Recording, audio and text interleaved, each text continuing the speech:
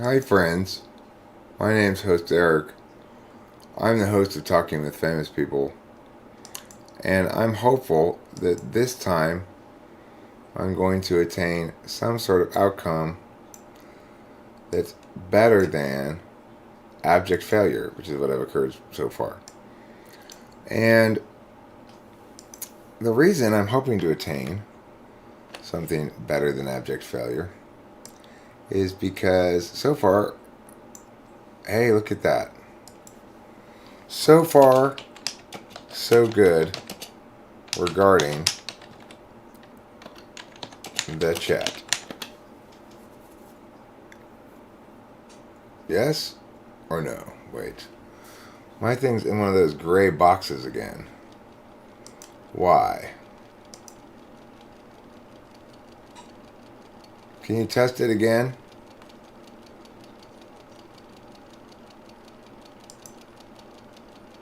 Testing. Anybody?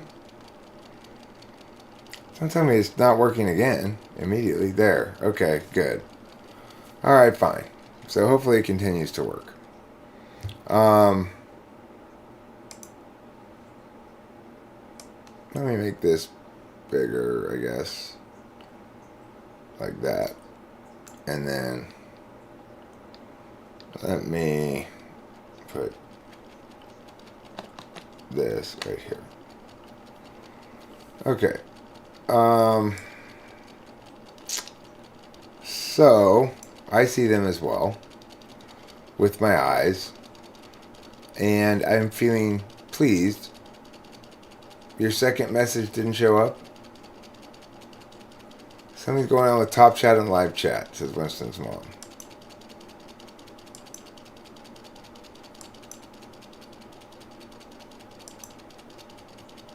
Okay.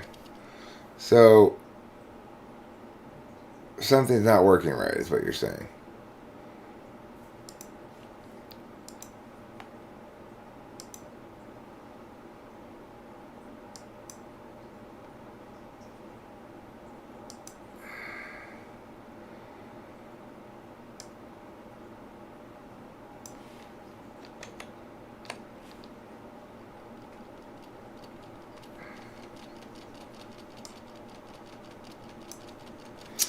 Well, Cloud offers some interesting insights here, saying the only way one could truly understand MPTI is empirical. Rationalist approach will always miserably fail.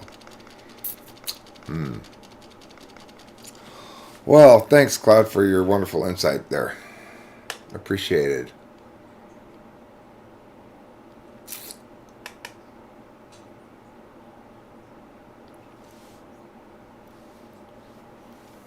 Yeah, good idea.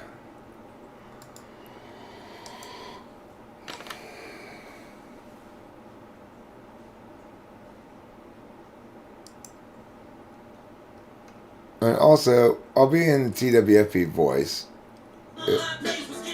Oops. Damn it, stop. No.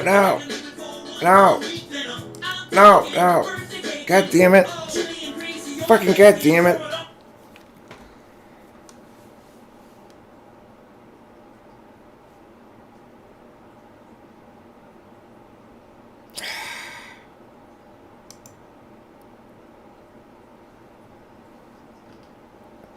Alright, I'm in the voice text thing now.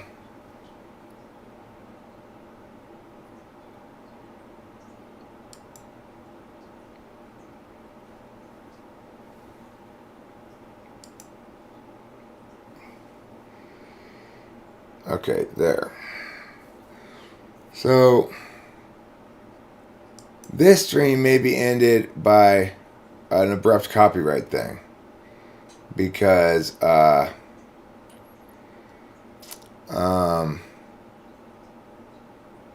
of that. I didn't realize there was going to be music playing when I went in there, you know. Well, Cloud says, well, Eric, no new tricks for the old dog, I guess. Well, what new tricks would you like to see, Cloud? What would you like to see from me today? So far, I don't think I've said anything to you, hardly. Hi, Sean. How are you? Who would be a better computer programmer, software engineer, TI Polar or TE Polar? Probably TI Polar. That's a tough call. That's a tough one. You kind of need both. I mean, there's a lot of TE in most sort of programming. Hi, Joseph William. You have two first names. That's not allowed. Everybody's required to have at least one last name here.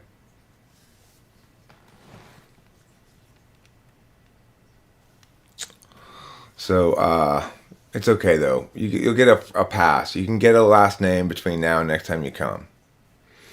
No new tricks with my way of saying you won't ever change your ways.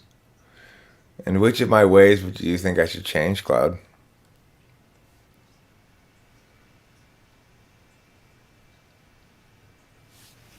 You know, it's pretty clear that you think I'm doing things wrong and I should be doing things differently.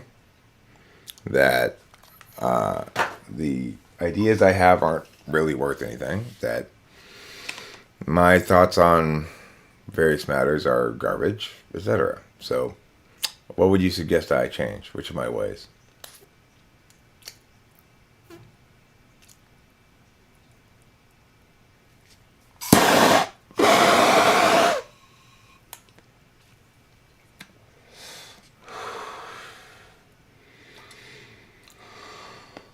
Bubble Puppy, my children's father, was a computer programmer, then a systems engineer, and finally the CTO.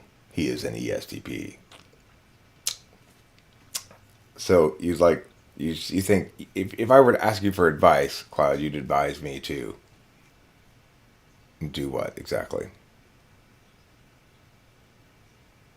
Not make logical arguments anymore? Just point to concrete data?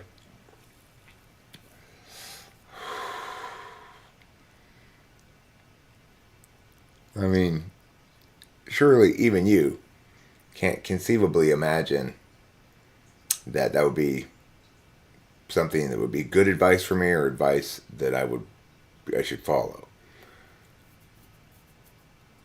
Right, as yours is built on a refusal to think, you know?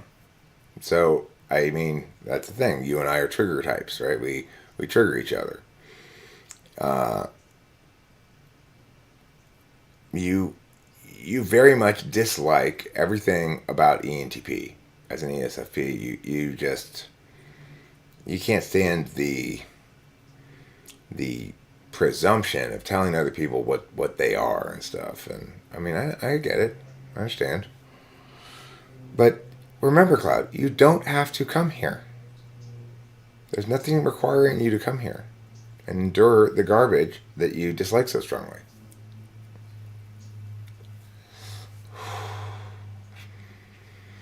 Even change management systems come in patterns of four.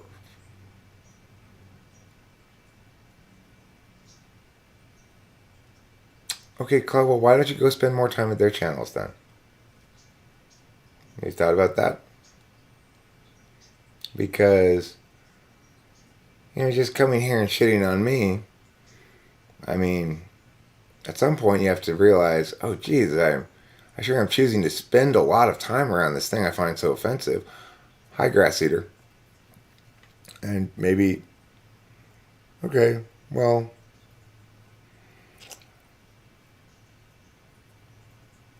so basically, what you're saying is you find it stimulating to come here and shit on me, right? Okay. Doesn't seem to be a very good reason.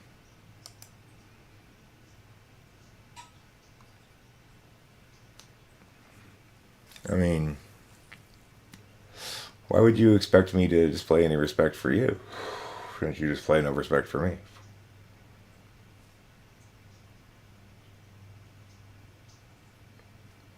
If you're just here to shit on things because you find it stimulating, then why should I let you?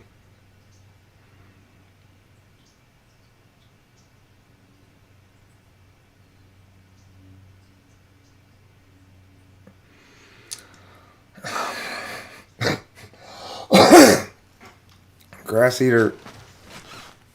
You're barking up trees that don't exist.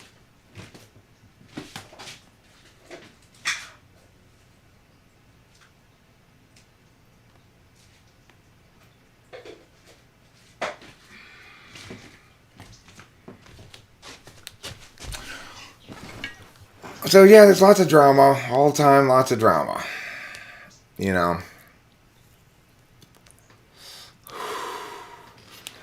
A busied effigy hijack element and opaque are East UVW, you ask wisely. Well, that doesn't seem very sensible. Yes, I do type people all around the world. Joseph William. From, yeah, all around the world. From Japan, from some, like, Middle Eastern countries, like Morocco. That's the type of people from all over the place. As long as they can speak enough English that, you know, it's not a big problem, then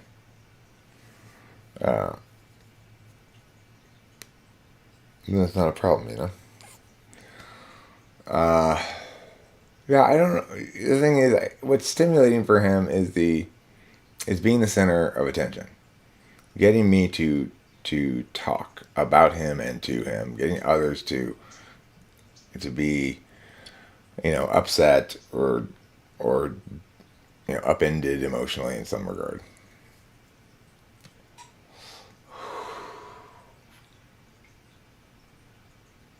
Okay, that's not toxic. If Running Fox and Octavio have a soft spot for Cloud, why is that toxic?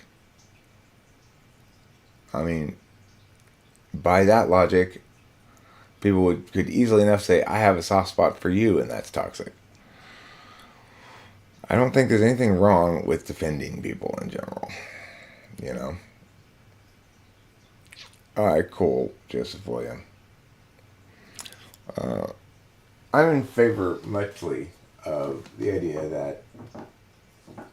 that we be a little bit more Japanese style in our, well, probably not actually Japanese style. It's probably just in the cartoons, you know. In the cartoons, and the one in like Black Clover, right? There's a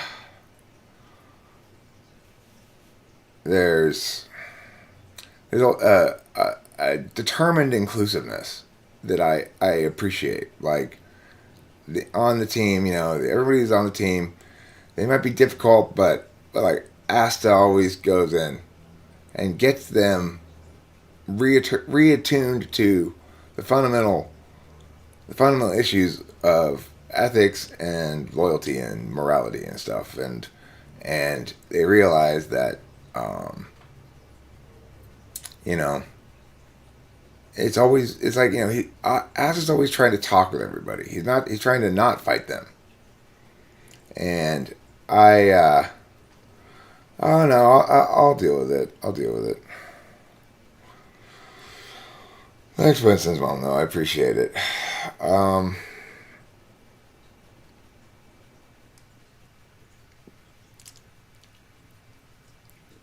So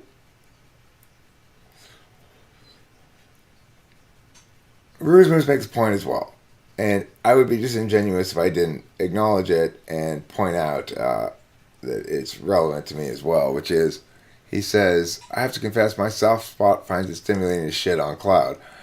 Mine does too, somewhat. It's like, well, I find him staunchly difficult. I already put the Discord link in. If the live chat has quit again. Oh no, it is.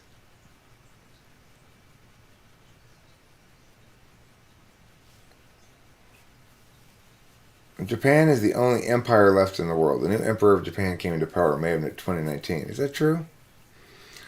Cloud says, Eric, believe it or not, I really, really liked you once. Okay, well, that's fine. But, you know, even if you dislike me, if you're just here to shit on me, then not really much reason for me to put up with it, you know. Hi, David Sanderson. How are you doing today?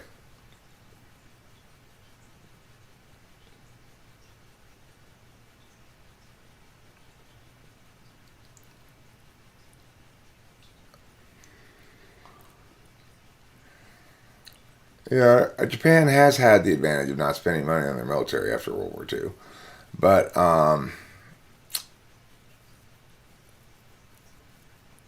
Cloud, what's this one was not being creepy?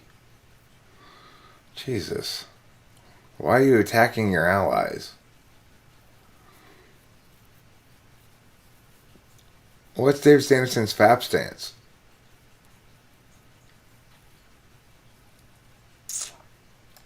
To what? The Discord server? No. I just put it here. If, hopefully it will,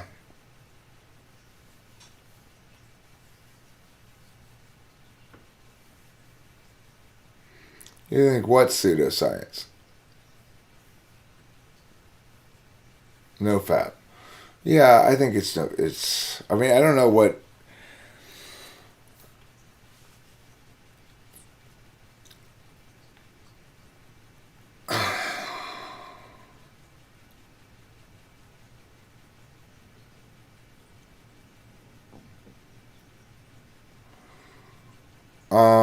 Nakamura Shelton says, "Are INFJ and INFP losers in life according to today's era? They fail to compete." Am I right, Eric? Hmm. I mean, they are fairly non-competitive.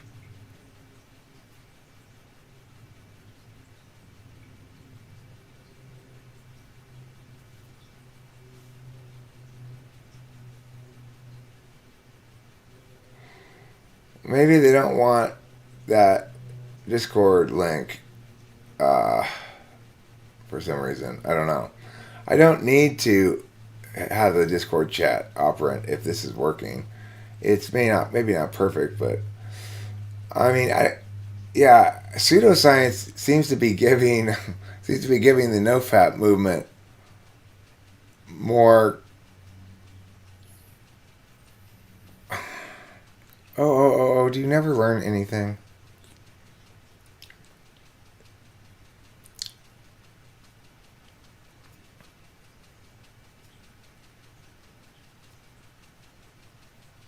It's very powerful at what? I mean, right there. Tells me you are not valuing TI enough. You are not valuing TI. NoFap is a terrible idea. It's like, hey, let's make ourselves have.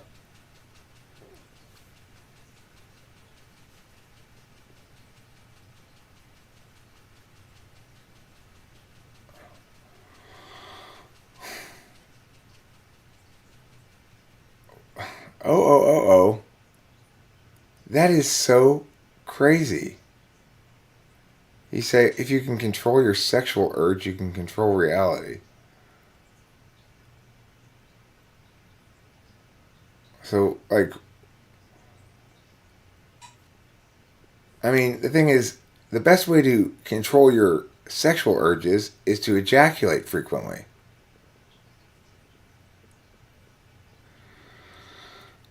Well, look, human psychology is best understood through a couple of different metrics. I can't use what? My cum? What am I going to use it for? Glue? To make my shirts hard?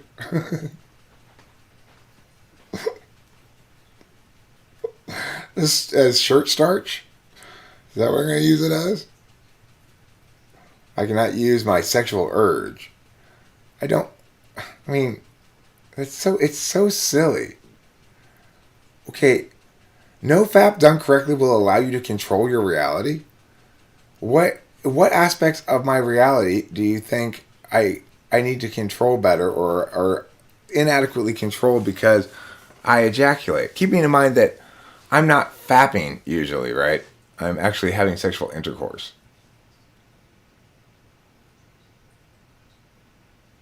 So would you suggest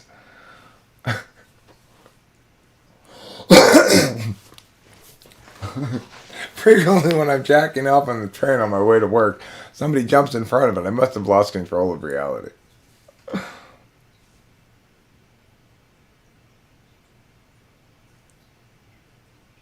No. Masturbation is not nearly as satisfying as having sex. Not now. I mean, maybe there were times in the past where that was the case. But, so, okay, but I don't understand. What's the difference? Why is it not a good idea to masturbate, but it's fine to have sexual intercourse? Should I not have sexual intercourse? Okay, but why? Look, the mechanism should be the same, right? If it in fact is a good idea to not ejaculate, okay, but if it's a good idea to not ejaculate, then are you telling me I shouldn't ejaculate in my relationship? Why do you want control? Over what? What do you need control over that you don't have control over? Control over what?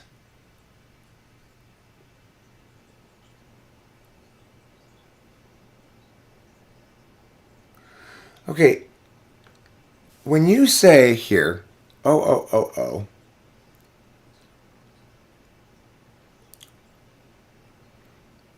well, the things you currently want but don't have, you can acquire those things faster if you master NoFap. That's telling me that you think I should do it, right? You're saying this is a good idea. Correct? Obviously, yes, you were saying that. You also say, NoFap done correctly will allow you to control your reality. But you're not answering any of my questions as usual. Do you agree people who masturbate regularly last more time in bed who do sex once in a while because they regulate their energies? Right, but I'm asking you questions and you're not answering them.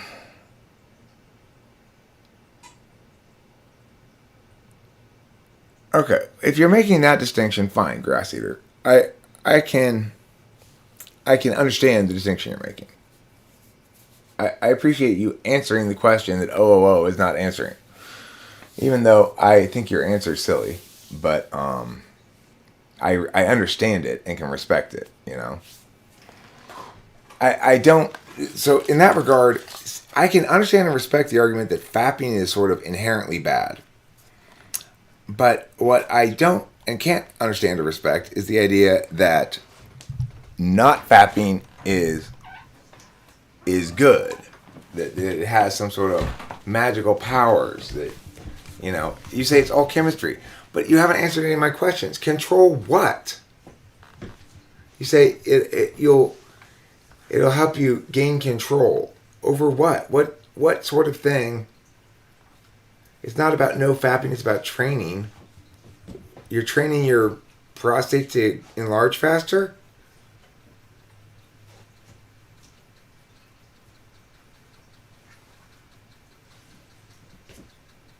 The energy, the chemistry involved with your body, your external. Okay, so the problem with the idea that not fapping allows you to have some sort of magical shit, that would be particularly silly notion. Because if you were going to say that, then you'd have to say, additionally, not having sex in a relationship is. So that's why I'm much more likely to respect Grass Eater's position that fapping is bad than I am to respect the position that not fapping is good.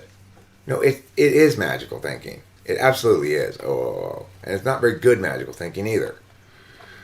The reality is, what chemistry are you attributing this to? Increased testosterone?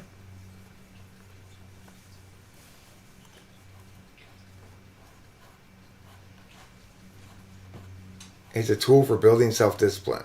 So it's the same thing as if I were to jog every morning. I'd get the same effect. Because it requires self-discipline. Well, what about that phrase, everything in moderation? Yeah, I mean, it can't even. Discipline over the energy fields. What energy fields? What are you talking about? And you're still trying to say it's not magical thinking when you say you can amplify the energy fields. You can gain discipline over the energy fields and amplify the energy fields. What the fuck are you talking about? Those are not meaningful words. You are just spewing nonsense. I once read that it's actually only is the case for men that once had a lot of testosterone and lost it because of a rapid decline of testosterone levels after adolescence. Yeah, metaphor gobbledygook is right. The thing is, if you were to convince me that you had any merit in what you're saying, you'd have to explain also why that you'd have to acknowledge that yes, it's a good idea to not to ejaculate with your partner in a sexual relationship as well.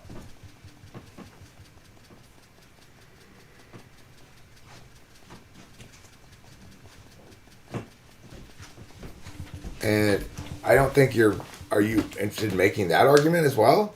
That, I shouldn't ejaculate in my relationship? I should use self-discipline and not have sex with Rachel? It's only a good idea depending on what someone wants to do. Okay, so, fine.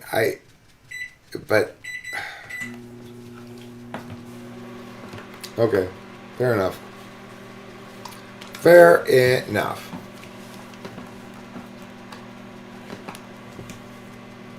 I don't know why it's like that. I think if it may just look like that here. No, it looked like that online too. Oh, did it? Yeah, it was only doing 720. Okay, I'm live streaming from the software. I may have the settings messed up. Okay.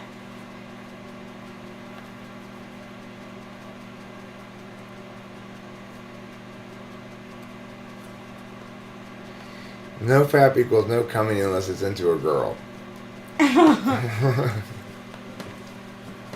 That makes a dangerous situation. Does pulling out violate the no fap rule? So am I fapping if I pull out? Also a good question.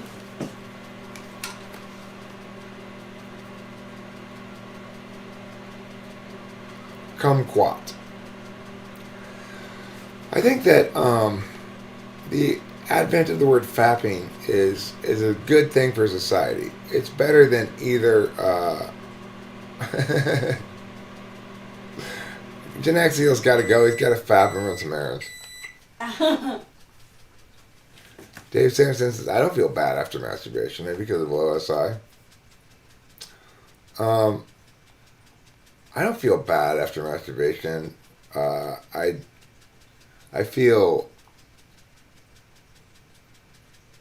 it depends on how successful the masturbation was, because it's not nearly as engaging an activity as actual sexual intercourse. So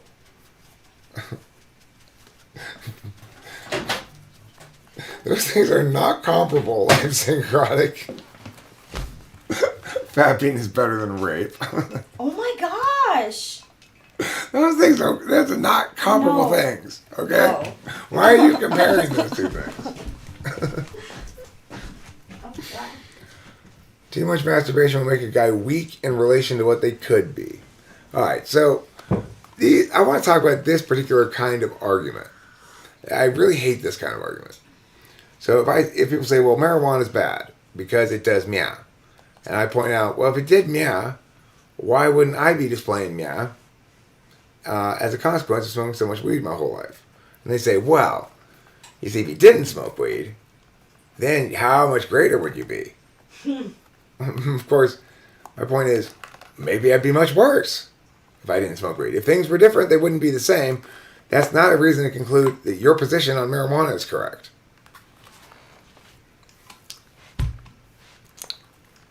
Okay. Oh. We live in a fundamentally non-determinist reality. You need to get it. You need to get over that fact now. You want everything to be deterministic. It's not. So be aware that humans are open systems and behave accordingly. That is to say, they can act not only upon the system and within the rules of the system. They're able to change their understanding of the system and behave in unexpected ways accordingly. What didn't you ever say? I don't think I said anything you said. Did I?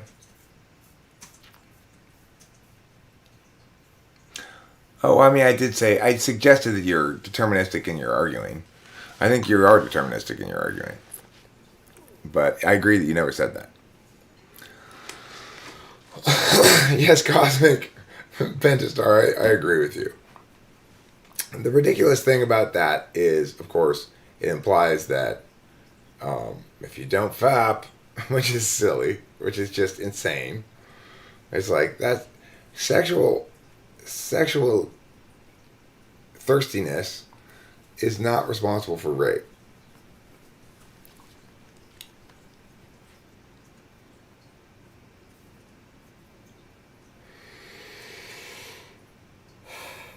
Last Syncrotic says, I don't know if there's such a thing as will, let alone free will. Well, as I've said in the past,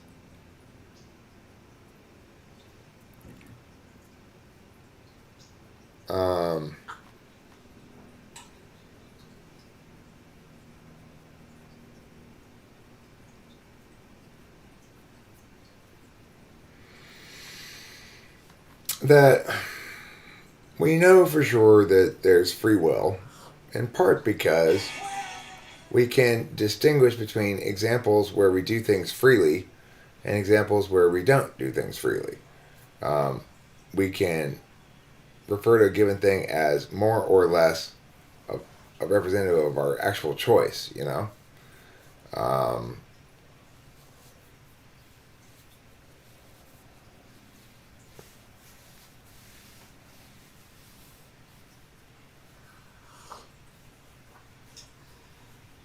Yeah, I agree. Do you think your personality types affect your sexual performance? I don't know if it affects your sexual performance. It may affect. I think it links to. I think it links to the quadras somewhat like Socionics says, which is, I think alpha quadra are basically nurture infantile approaches. I think beta quadra are basically victim aggressor approaches, but it's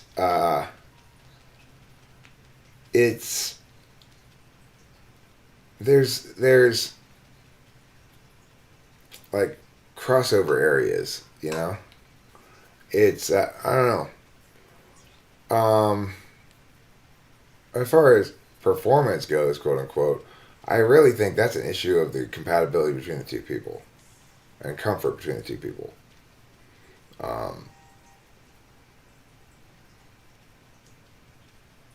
So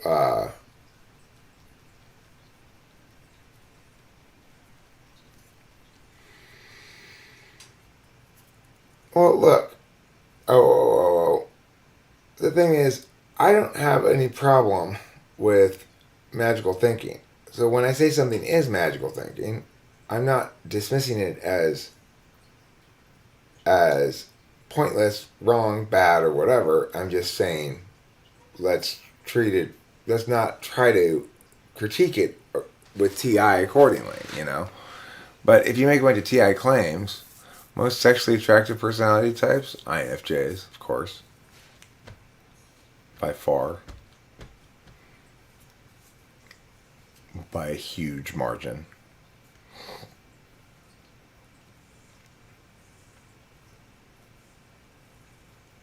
I mean, I don't think you distinguish between the two very well. Hey, Eric. Oh, hi. Sorry to interrupt. It's okay. And what's the name of the song by Falco? It's Dom... Der Chromosar? Der Carmson? Der Chromosar, yeah. Do you want these? Sure. No. Thank Sorry. you. That's fine. I want to be able to listen and talk, because on Discord you can play, like, music. It's cool. Cool.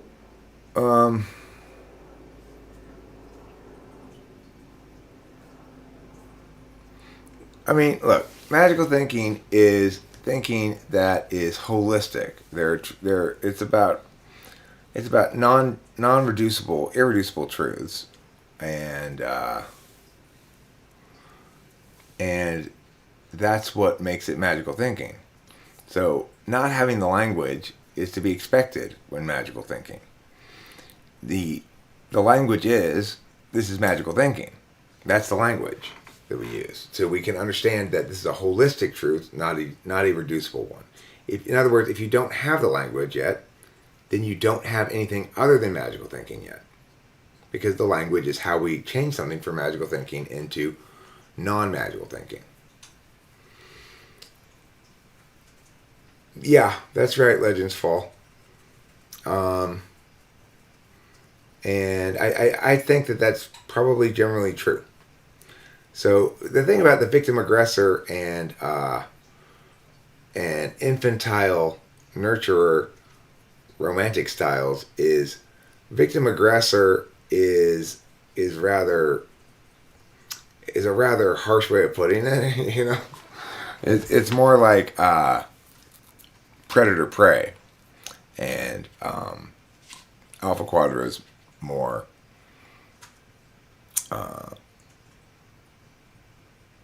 like nurturer, like, you know.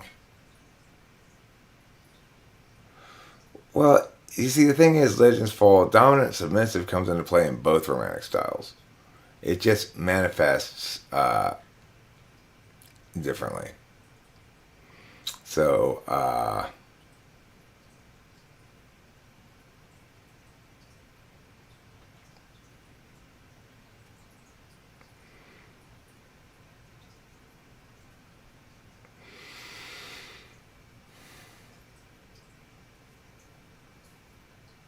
no, oh. You are saying that you don't have the language for us. That means you don't have the TI argumentation for us. We're not asking you for FE in any way, shape, or form. No way I'm asking you to polish your turd. No way am I asking you to frame things so that you protect my feelings or anything of the sort. Do you have anything to say about the FI quadras and how socionics thinks of them as the opposite as in pseudo X or pseudo Y when they're the reverse? I don't know what socionics... You have to explain more what socionics is saying there, because I'm not familiar with socionics saying that.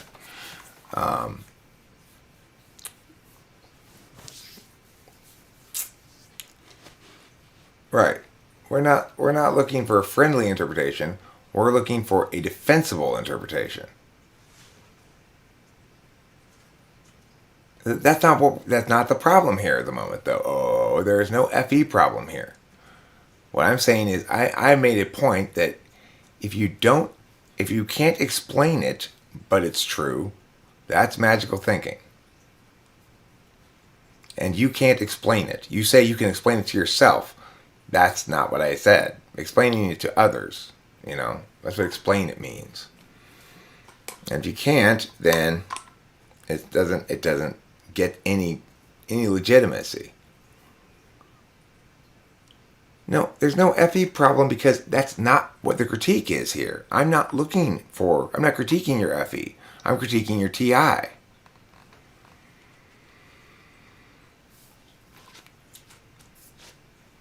The delta NFs are defined as pseudo-caregiver and the STs as pseudo-infantiles. Oh, I didn't know that. I didn't know that life synchronic. I only knew alpha and beta quadra because I don't care about the other quadras.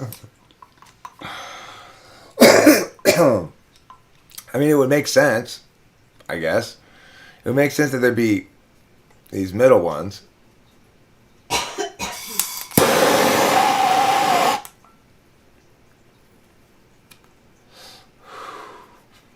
Are flare leg pants really primed to make an epic comeback in the 2020s? Huh.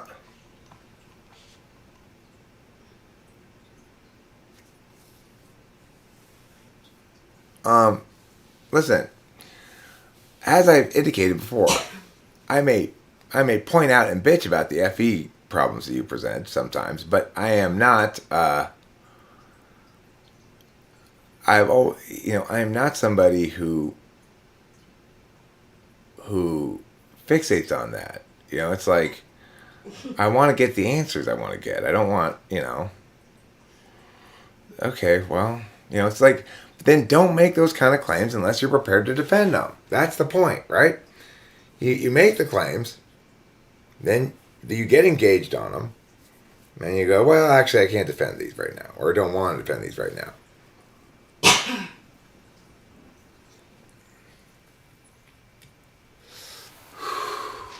So then don't make the claim at all.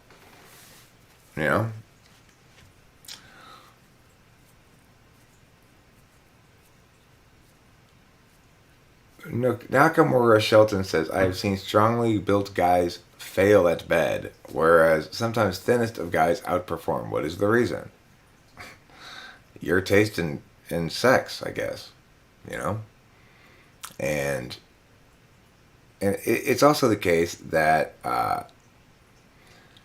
if you are comparing different men's sexual performance, then you're comparing apples against apples, but you're not including any oranges, which is to say, you're comparing the performance of men the first or second time they have sex, right, with you, which is fine for some types and not so natural for others. Like Alpha Quadra, I think the NTPs anyway, both NTPs, don't really feel like they're, like particularly comfortable until after they've been together for a while with somebody, So, I would suggest that,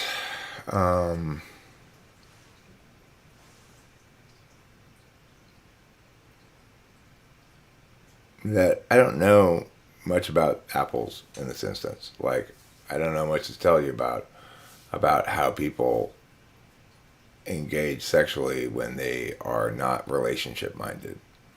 So,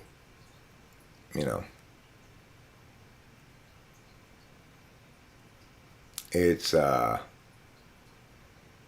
people are very insecure about sex in general. And it's the most vulnerable we can get in some sense, because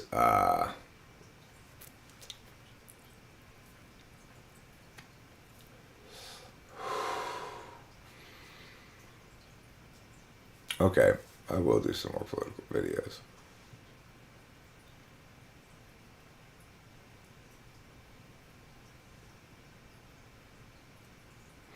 Life Synchronic says, for me, sex is almost purely about the sensory experience. Humans are evolved to be skinnier, to be honest. The body doesn't work well when it's fat. Well, that's, in my opinion, evident proof. I mean, obviously, the body works more efficiently when there's less body to push blood around,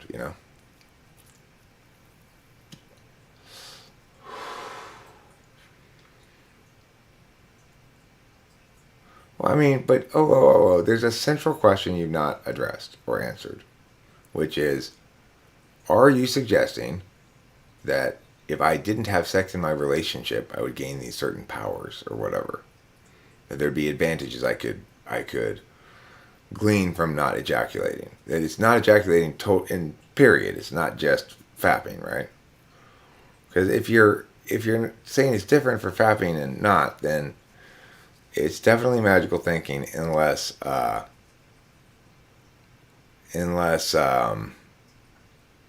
there's a clear mechanistic difference as to why ejaculation would behave differently for you in a relationship than.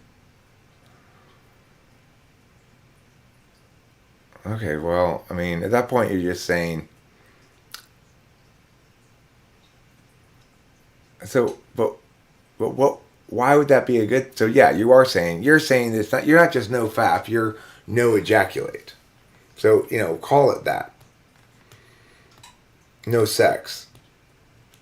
Abstinence.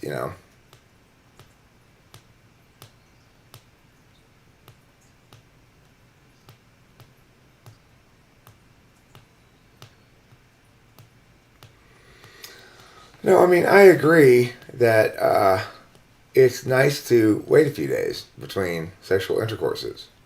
Sometimes, wait a week or something, and it's really exciting. For sure. I understand that tension's nice, and that it's not good to. It's the same as everything else. Eat when you're hungry, as much as you feel like eating. And then don't eat when you're not hungry. Drink liquids when you're thirsty. And don't drink liquids when you're not thirsty. Go pee when you have to go pee. And don't go pee when you don't have to go pee. Have sex or ejaculate when you're feeling like you need to ejaculate. And don't when you don't. It's not difficult.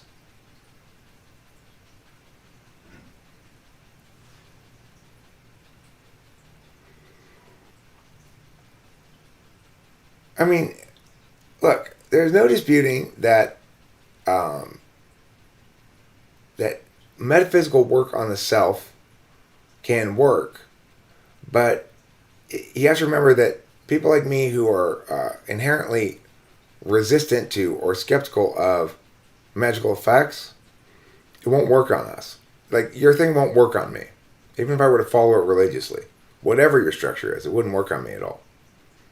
Because you have to buy into it first. That's what makes it magical thinking.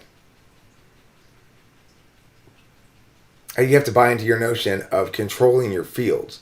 How could you control a field? What does that even mean? It doesn't mean anything.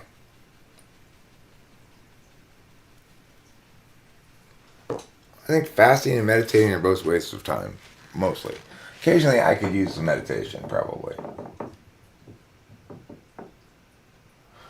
No, you're not saying to follow it. You're saying if I were to follow it, this following thing would occur. I'm telling you, no, it wouldn't. I've gone through long periods of time where I didn't ejaculate. What did it do? It caused my prostate problems. During my year between my second marriage and starting to date again, really, I really shut down my sexual energies, mostly entirely. Like, I rarely masturbated, and I just wasn't thinking about it. It's like I've never been sex obsessed at all. So it's like, for somebody like me, the idea that this is a big deal just seems absolutely ridiculous. It's like what? It's just going number 3,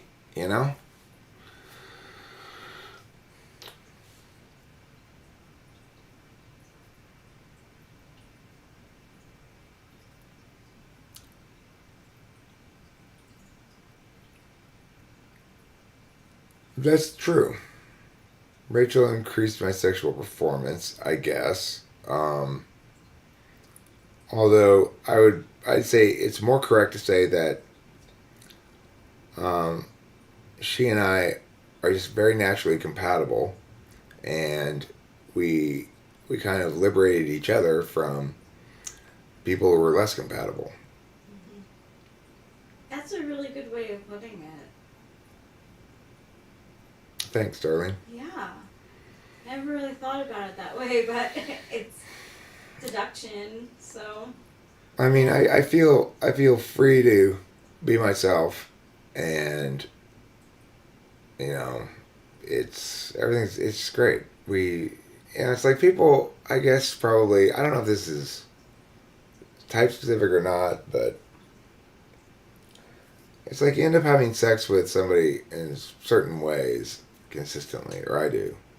So I don't know.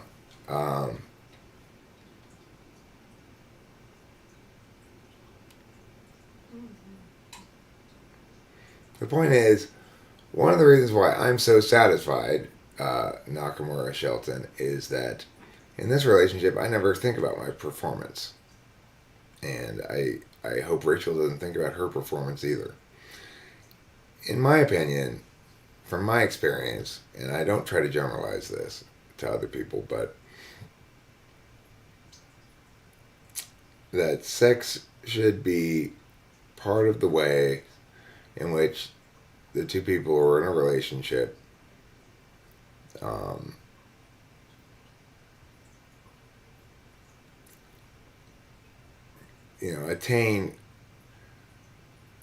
attain the very reassuring reality of being entirely vulnerable with each other and nevertheless being entirely safe. So, yeah, pressure ruins performance, sure. In the relationship I was in before this one, we were terribly incompatible sexually, and it was very difficult on me ontologically. It wasn't something I worried about much in my marriage, and then after my marriage, it was like back when before I gotten married, which was, I was insecure, Nakamura Shelton says, in today's era, both the couple are critical towards each other's sexual performance.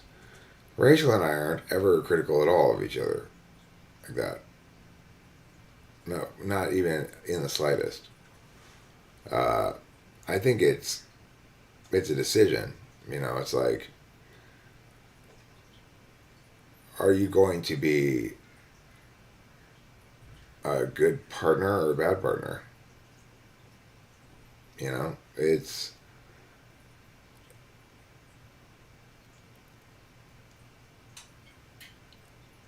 like maybe it's because I'm an SI person. I think that that the first time you have sex with somebody is the worst time, and it gets progressively better as you go along.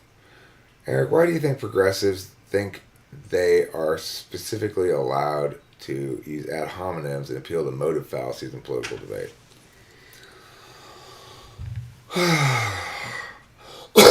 I mean, I do think that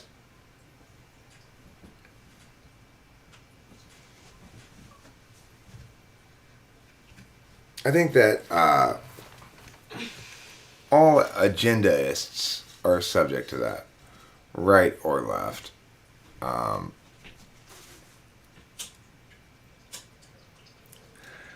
It's a different kind of ad hominem.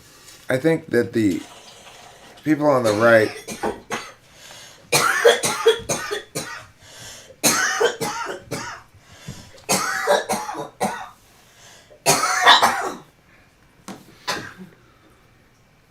it's kind of ironic because I think the people who self-identify as left tend to attack people on the right on intelligence grounds, which is interesting because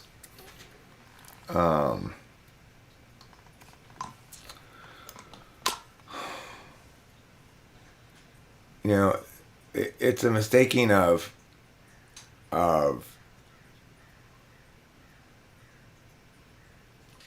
movement forward for progress. It's not the same thing. You can move in a given direction. It's not always progress. Sometimes it's regression. Just because it's changed doesn't mean it's progress.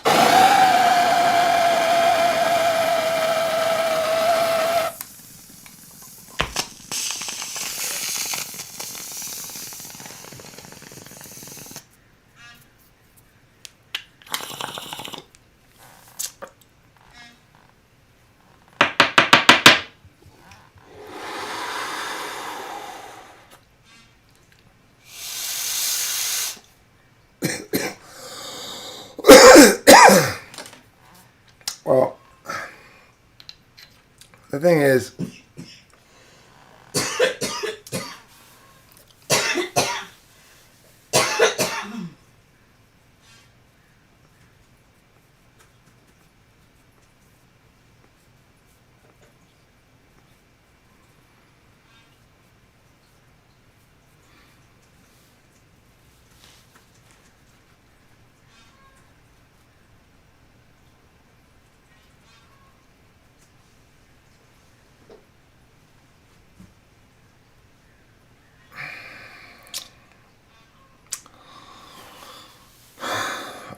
you have the same problem you had before.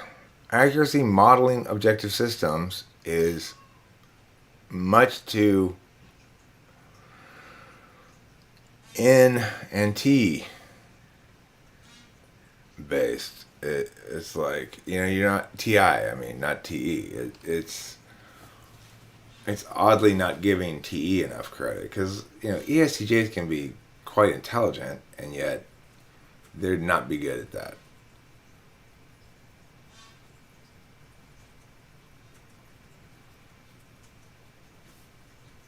Well, accuracy modeling objective systems, you'd have to put INTP first.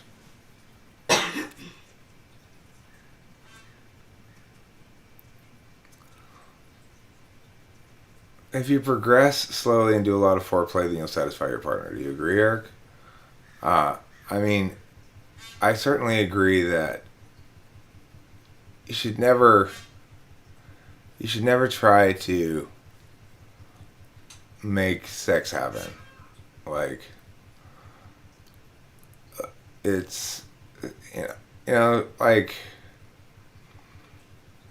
I'm never really sure if we're gonna. Usually, I'm often not really sure if we're gonna end up having sexual intercourse or not. It's like we go to lie down next to each other and have emotional closeness time, and then shit happens. But I really think it's important that sex be allowed to happen rather than driven before you. That there's this notion that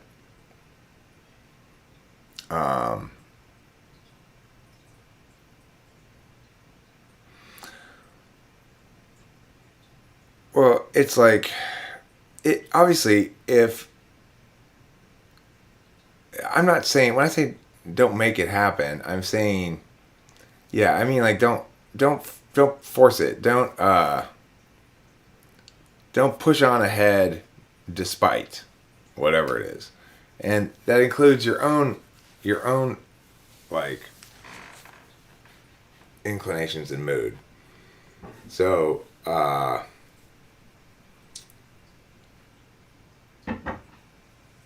yeah, let it occur naturally.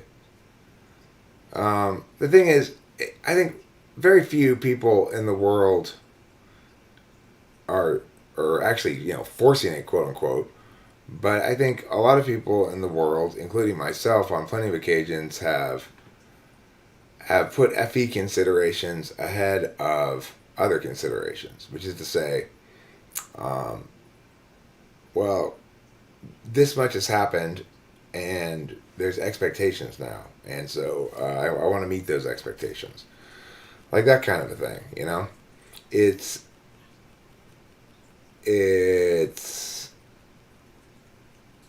you just gotta. Oh! You're timed out. It's an inappropriate joke.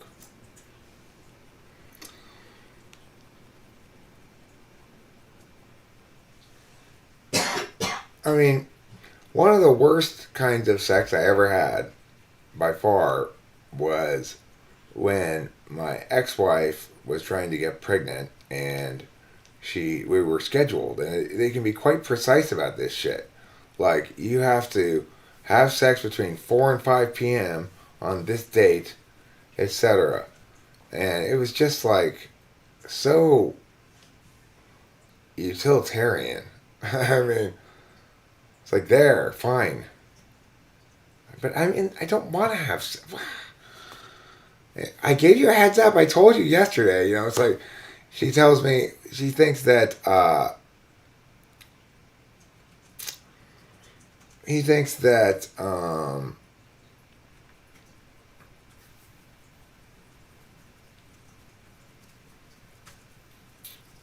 what was I just saying? I lost my train of thought completely. But the point is, like, introvert sexual attraction compared to extroverts, I don't know what the difference is there. I'm just saying that for somebody, oh yeah, the X and scheduling, yeah, that was, and it was awful, you know.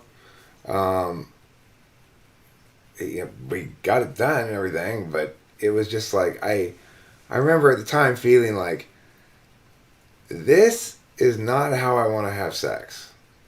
I do not want to.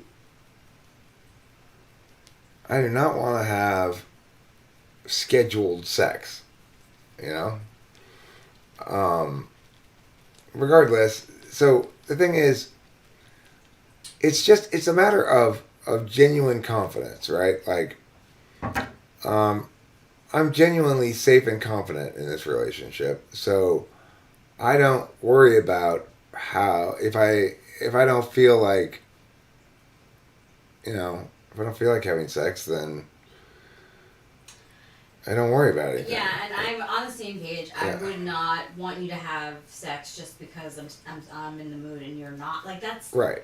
That's the thing It takes is, the you shouldn't time. want that of your partner. Yeah. And if you do, then that's what you shouldn't be doing. You should ideally, you know, there will come plenty of moments when you both are feeling it all the way. So why waste a load when you're not? Is one way to put it, you know. It's a practical way to put it, but I just want to, I didn't mean to interrupt you, but I did want to say that when we first were speaking, when we were first talking, when we were first dating, we did have a conversation about sex, maybe like the third or fourth conversation. And you asked me if I thought it was important. And I said it did. And I thought that conversation between us before coming together was really important because we were actually able to talk about it, you know, not just try to pretend to figure it out like while we're together. Like, we straight up had a conversation about it. Zaylen Black has got a point here, of course, and this is what I was going to segue into, which is the fact is that it's not always the case that people naturally are compatible, but it's always going to be the case that if one person wants sex more than the other one, it's going to cause some sort of ontological distress, probably, you know, because it's like if the guy wants sex more than the woman is willing to give it to him, then he's going to feel as though, you know, he's going to feel somewhat emasculated, probably. Like, he's just not that desirable to her. And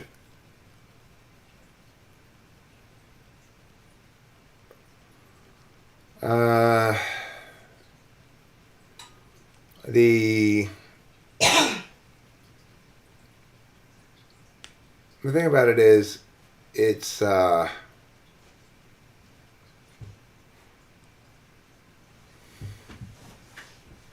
if there is that issue of like the guy wants to have sex more than the woman does, as it was in my last relationship, you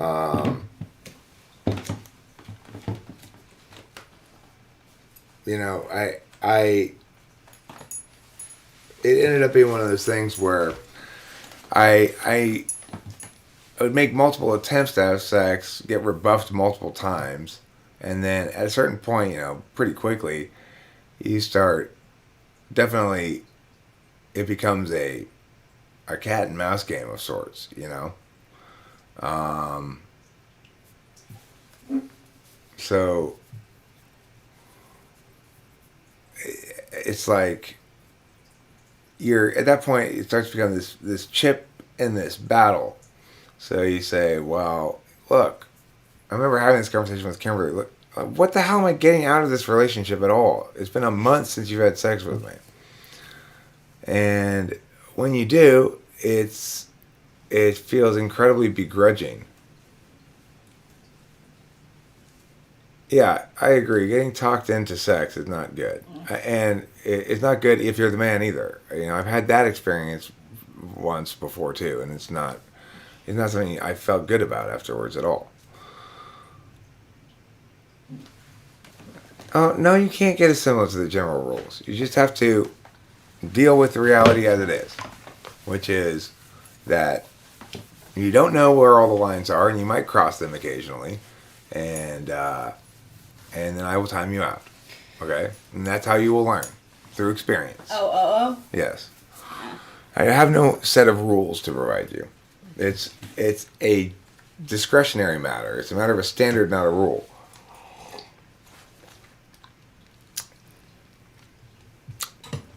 Sean Ryan Barron says, I had sex in the 3 months after breaking up with my ex and in the 9 months we dated. People get hooked on that ex sex. Oh, I mean, so no, I don't. weird. You're not going to get the channel banned. I'm not worried about that. The reason I think what Winston's mom is saying is that you can expect me to remove stuff that I think is questionable. That's all. And probably time you out. Yeah. Rape jokes are definitely at best borderline. So, you know, racial stuff. Thanks, I appreciate that. You know, just hate stuff. Just general groupism shit is not good, and obviously advocating violence and stuff like that. You know, the normal things that one normally says are bad. But, you know, the other thing is, remember, is I attempt to make this as grudge-free a zone as possible. I am a dumb tyrant, Derek. You are a dumb tyrant, Derek, and I will surpass you. Okay. Okay, thanks. Oh. Yeah, you don't seem mad about it particularly, which is nice.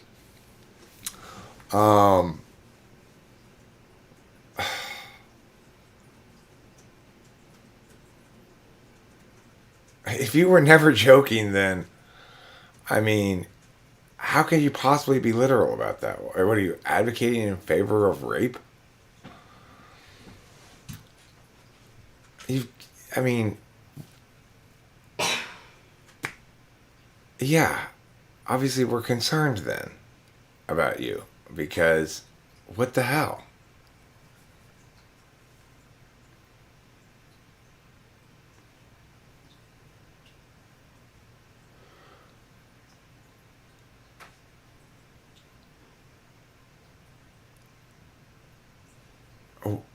And how do you define rape?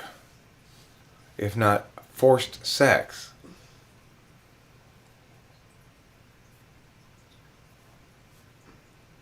It's a good term. Yeah. Just, okay. Well, just... You are quite a handful. You are two handfuls. All right, Sean Ryan Barron. You make a good point there, I guess.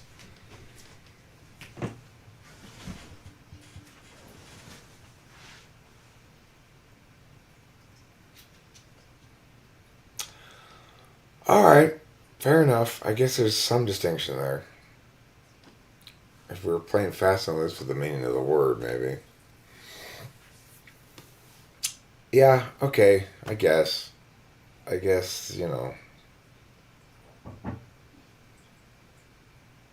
I mean, it would be pretend force or it would be rape. It would seem to me. I mean, if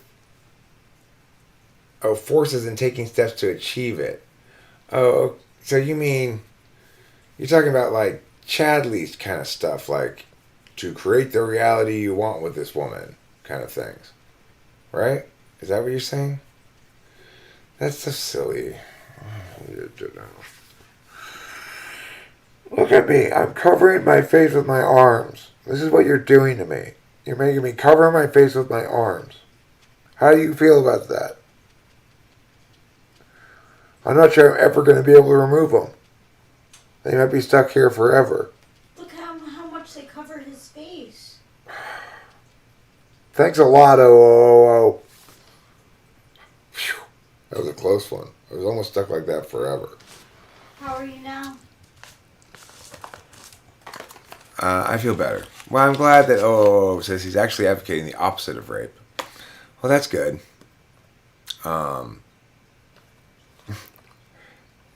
The problem with Chadley stuff is it reduces women to their reproductive biology.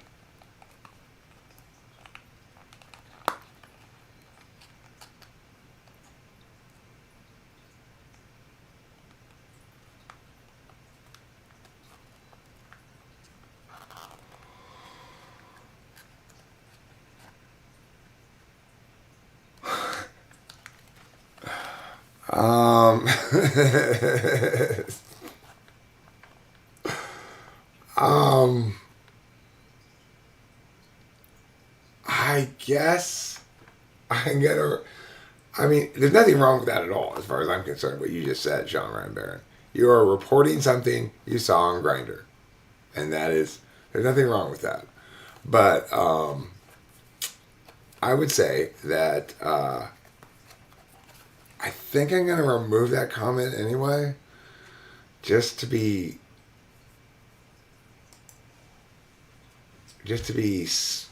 unnecessarily meow, even though there's nothing wrong with what you said at all. Why give you all your socks, though? What are you going to do with the socks, I wonder? Did you want them to be unwashed socks? Do you want some remnant of your smell on them? Or do you want washed socks? I want to know. What's this Chad stuff? Well, see, this is the thing about the Chadliness is it says basically this is how you deal with women, right? Because women are reducible to their biology, and that they are not open systems; they are closed systems, right? That's fundamentally what the Chad thing says. As open systems, we can learn to crack the code on their closed system. But they're not closed systems. They're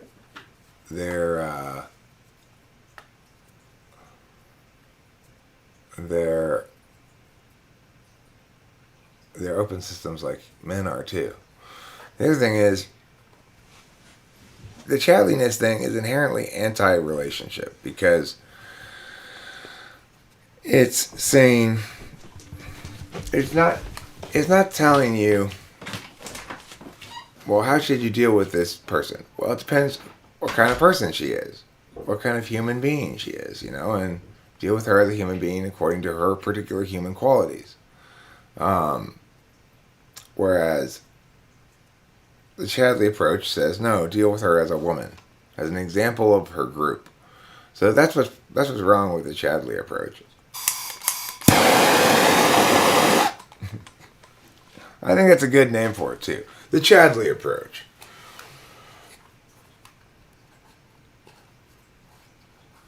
Why do you disagree?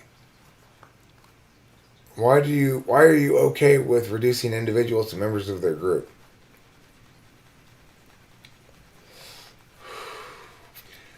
Hey, it's a little gentleman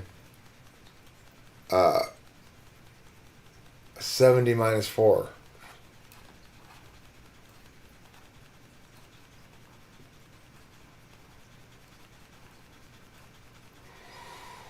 Okay, well, it's a relationship of sorts, but it's not a LTR. It's not a long-term relationship, not a monogamous long-term relationship. That is a good idea, Winston. We'll keep that in mind. The Chadley approach. Tiny Man 66, are you responsive to the Chadley approach? You need a hug? Hugs for you, Tiny Man 66. I am so sorry you've had a bad day. Host Eric is metaphysically hugging you. Would you like a transubstantiated bong rip? That always helps me feel better. A nice juicy bong rip? Tiny Man 66? You do, huh? Okay. Alright, no problem. That's what I'm here for. I'm here to transubstantiate bong rips and bring the metaphysical hugs to the people. I'm just waiting for the hugs to take effect. That was one of my thoughts of a title. That was the title I was thinking of before that I was going to put. Waiting for the hugs to take effect.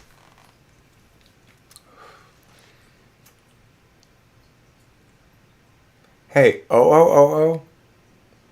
Did you hug Tiny Man 66? Maybe you should take a break in your discussion of chadliness to hug Tiny Man 66 who's had a rough day.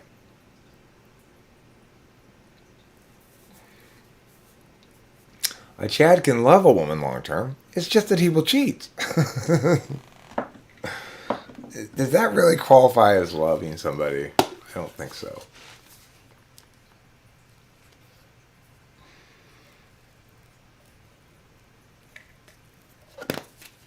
I saw the stars on the day my grandpa died, and they looked clear, even though it was cloudy and raining. After that, I didn't bother to go outside because brr. How is your sky?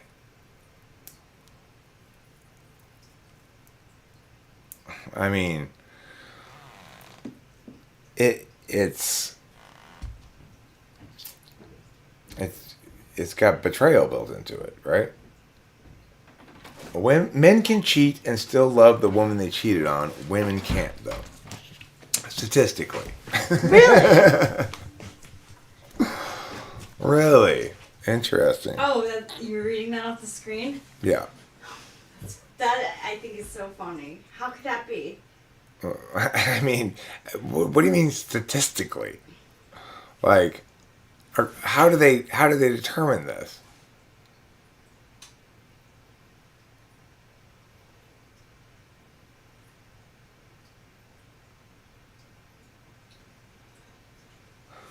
I don't know if victim is the right corollary to aggressor. I mean, I think predator-prey are better terms, frankly. Okay, well, what do you mean by it's scientifically proven that men can cheat and still love the woman they're with and women can't? I mean, how are you defining love, even? Is it just a self-reporting kind of statistics, according to a survey or something?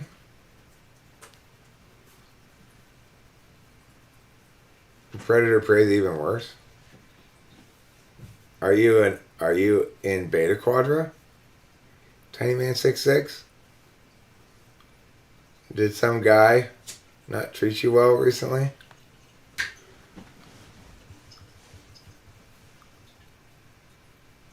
It's a metaphor. Love would be characterized by he still wants to be committed to her long term. Oh. That's not love. That's wanting your cake and eating it too. Right? I'm sure lots of cheaters want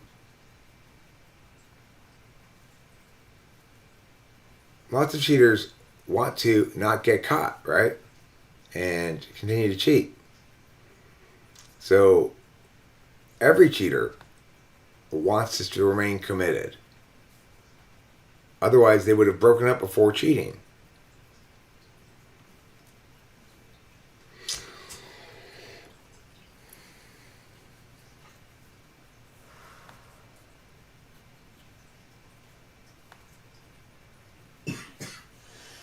But do you understand what I'm saying? Oh. inherently,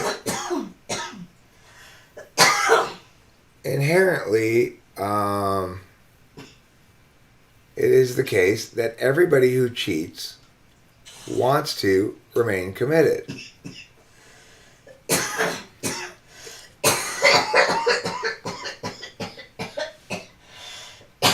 I apologize. That hit me in the wrong spot.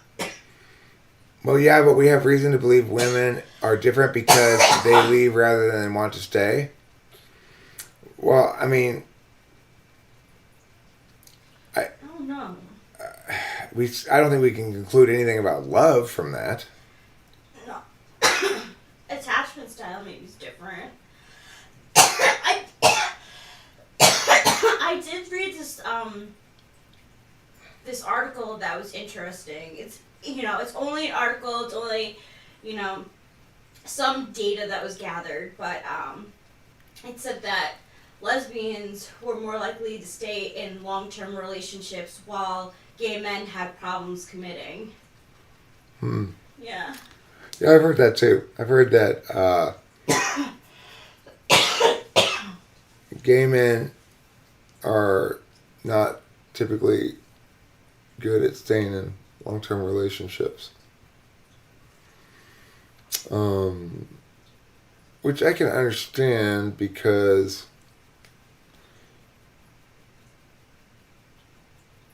it's like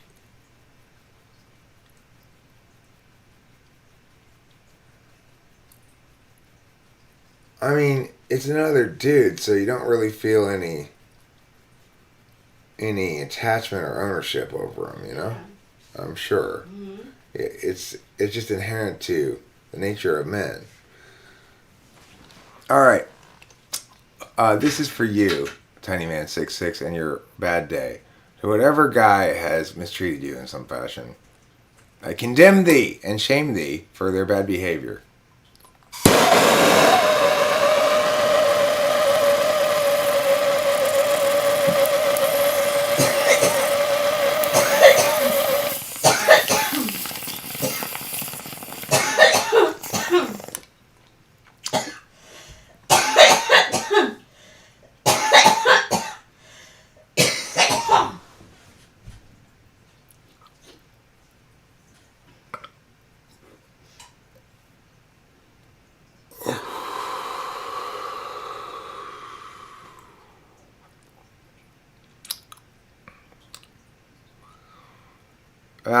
I couldn't feel it in my head, Tiny Man 66, because I transubstantiated it to you.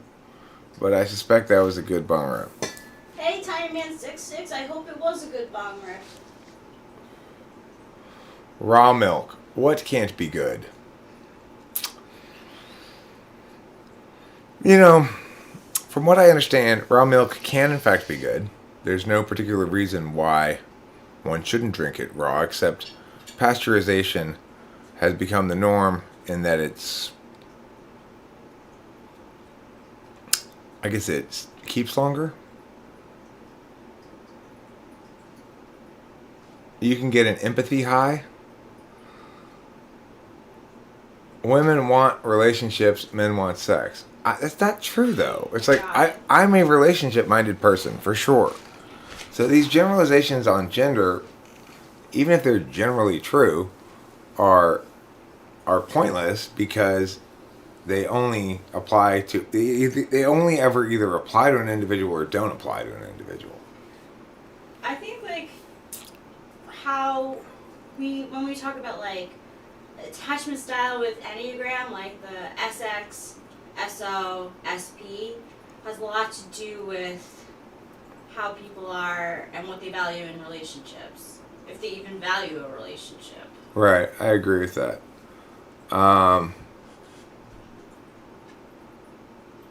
Well, my point is, you're not making a good TE point either.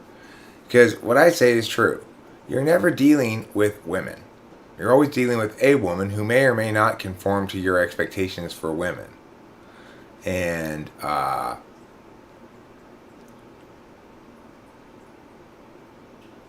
what I'm saying right now is that, in other words, it's never a good idea to use that frame of reference. because it will always serve you poorly and lead you away from the individual and towards some notion in your own head instead of who they actually are. So, you know,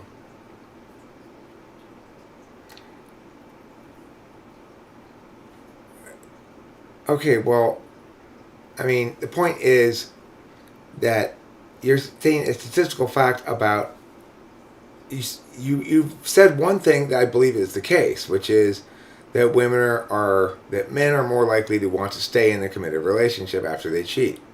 But you've also said a bunch of interpretations that you've drawn from that have not been warranted. So, you know, you think a lot of gay men are seeking self-worth through their partner because LGBTQ community has made everyone build their identity around their sexuality rather than their actual self equals bad relationships? A man should not be with a woman until he is where he wants to be in his own life. I mean, that's an interesting notion, but unrealistic, I think. You know, after all, teenagers have sex with each other all the time, so you're not going to get that in the world.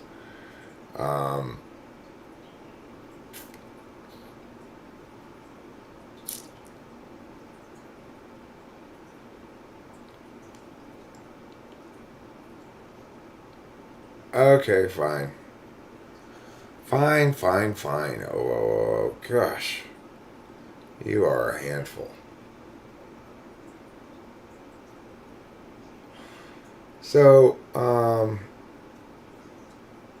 would say that, you know, I don't think I would have been ready to be in this good of a relationship if I hadn't experienced a lot of bad relationships before. You know, people are to varying degrees subject to what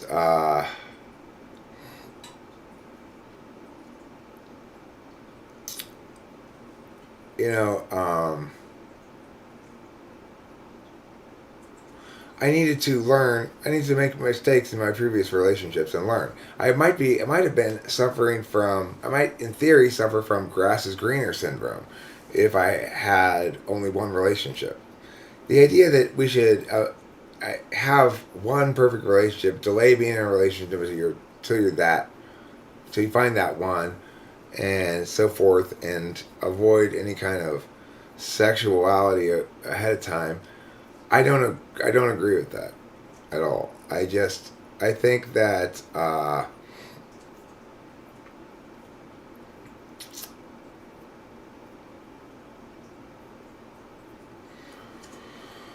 you know, we are all individuals in the world, and people find each other and end up together for some stretches of the time, or for longer stretches, or for, you know, forever. It depends. And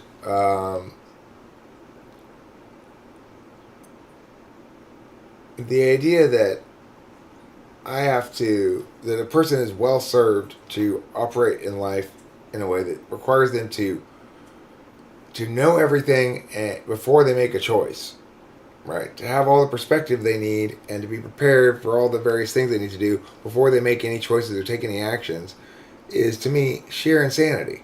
I could never operate in such a universe. And it seems to me a knowledge function bias as well. Well, that's fine. But look, remember that when you group the individuals and talk about common trends, if we're grouping ENTPs, we have a very good reason to group them. We're talking about them, their being itself. Each of the two individual ENTPs is a separate rendering of the same thing. When we talk about men and women,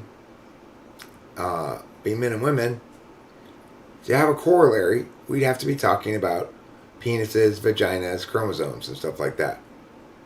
Instead, what you're doing is finding statistical generalities in that you can establish just by measuring people's responses and stuff to things as en masse, right? And creating general truths about these groups that go beyond the truths that are actually indicated by the groups. So man and woman indicate certain very specific truths about biology. They also indicate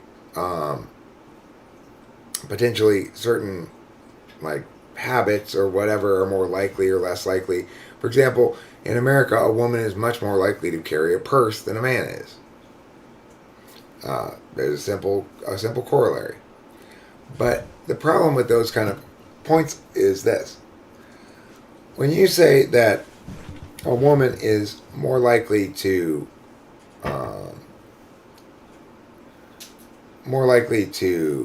leave after she cheats, or that a woman is likely to be responsive to this kind of approach, that kind of approach, the other kind of approach, you're talking about matters like that inherently end up conferring onto the individuals part of your groupist generalization. So in other words, you can't ever use the information you're appealing to without doing something fundamentally bad. That is to say, ontologically reducing somebody to a member of a group that the corollaries of which you're choosing. So it's like you could pick infinite number of things to say about women in general and draw infinite number of statistical things, right? So you could have a whole bunch of stats and be really concerned about how women eat fewer bananas than men do. So this is what it calls to be a meta-analyst rather than an analyst, okay? No, it's about being a meta-analyst. It's about being able to challenge your own frame. Okay, no, but listen to me. So when you challenge your own frame, you recognize that you create the frame and choose the frame that you're implementing. And that's the critical element here, is that this kind of groupist generalizing stuff is not a good choice for a number of reasons. I could point to statistics that say sub-Saharan Africans have the lowest intelligence of any demographic population on the planet. So let's say I were to make that claim and point to evidence that were true. My point is this: what are you trying to do with this claim? What do you plan to use it for? In other words, are you making a point? Are you making any point at all? The defense that you're making is, I'm not making any point at all. I'm just pointing out statistics. As though you don't have any sort of intentionality or agenda behind your positioning here. And in this instance, it's like there are certain kinds of statistical gatherings that only are designed to serve only designed to serve fundamentally groupist arguments. So you say, let's say I come across a smart African. I'm not going to say, well, I'll just rely on my stats. I'll take account of the fact this African is smart. So what are you going to use your stats for? In what way will you use your stats to reduce individuals to members of their group so that you can avoid dealing with them as individuals? But do you see what I'm saying? Because you're always dealing with individuals.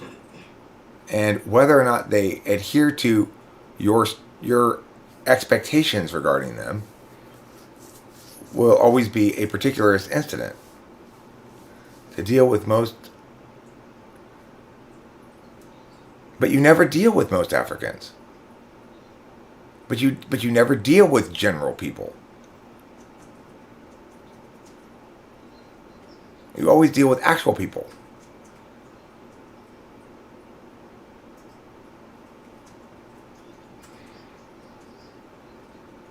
Yes, but you never deal with the group. You never deal with the bunch. You always deal with individual people. So why are you using the stat to deal with most of them? You say you're going to use your stats to deal with most Africans, but you're not going to use your stats when you come across an African who's not consistent with them. So that's every African. Every African is not a member of a group, right? They're all individuals.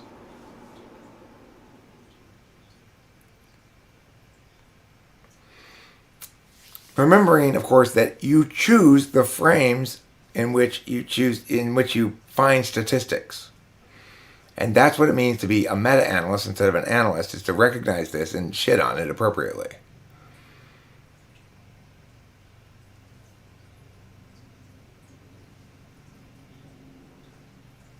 I mean, because you choose to. Oh, no, you identify them as African. They didn't identify themselves as African necessarily. You just encountered them in Africa. Okay, I agree. The gender question is more complicated. That's why I'm shifting to the race question, to get to the core warrants I want to get to while avoiding the complicating factors.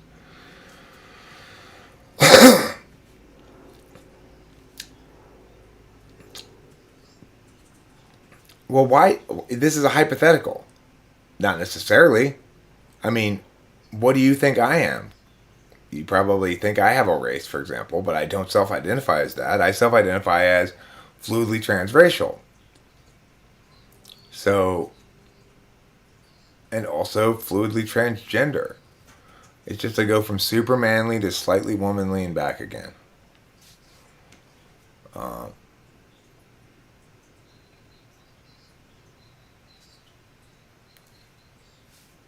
You know, so what's a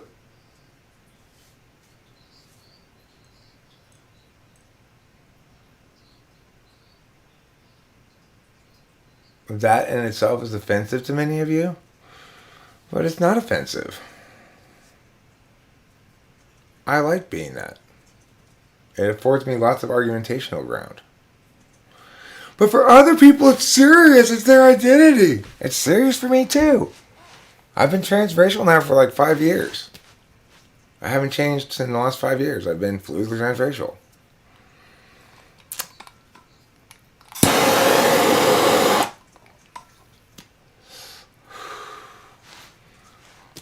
It's like, why wouldn't I get to have the same benefits that they do?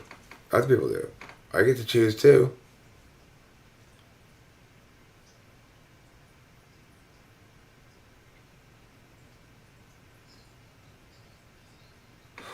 Consider your robust typology model is a chess game. Why are the players moving around? To protect the queen, to gain a position, to take offense, or to defend the rooks?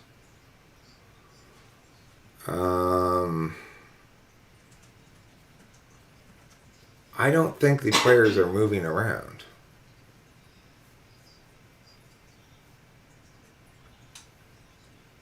I mean, I don't understand the analogy or something. I'm not sure.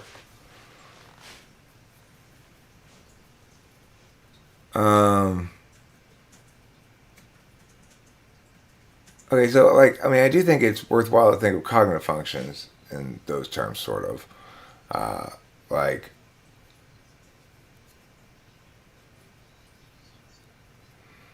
I don't know. I'm feeling meow all of a sudden, like I need to eat something.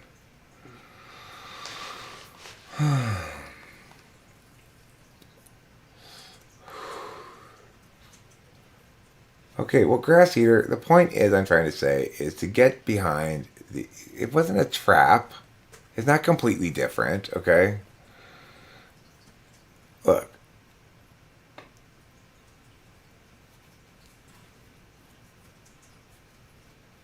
But why are you taking group mechanics into account when dealing with an individual?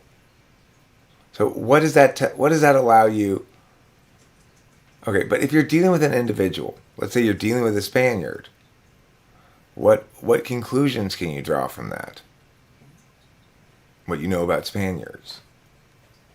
You're still dealing with an individual.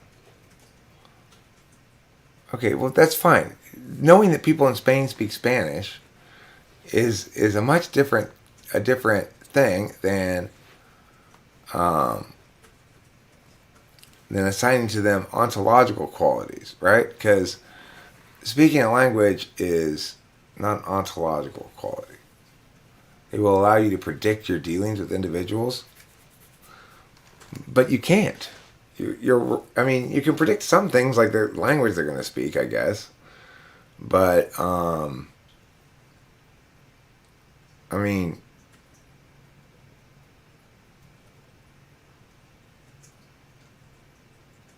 I guess you just operate in a different way than I do, maybe. I don't know. Maybe I'm just imposing a function bias here. Things like, if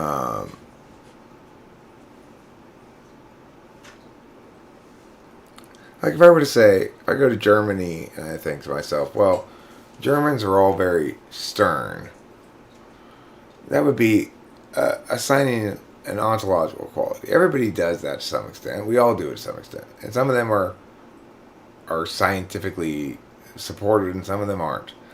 The fact is, it doesn't matter if they're scientifically supported or not. It's ultimately a heuristic that may make some sense, but if you apply it in any given instance, in some sense, you're not allowing that person to be who they are and reveal to you who they are, you know? Your internet died. You hope they will not cut off your internet? I don't know. Oh, I feel ill all of a sudden.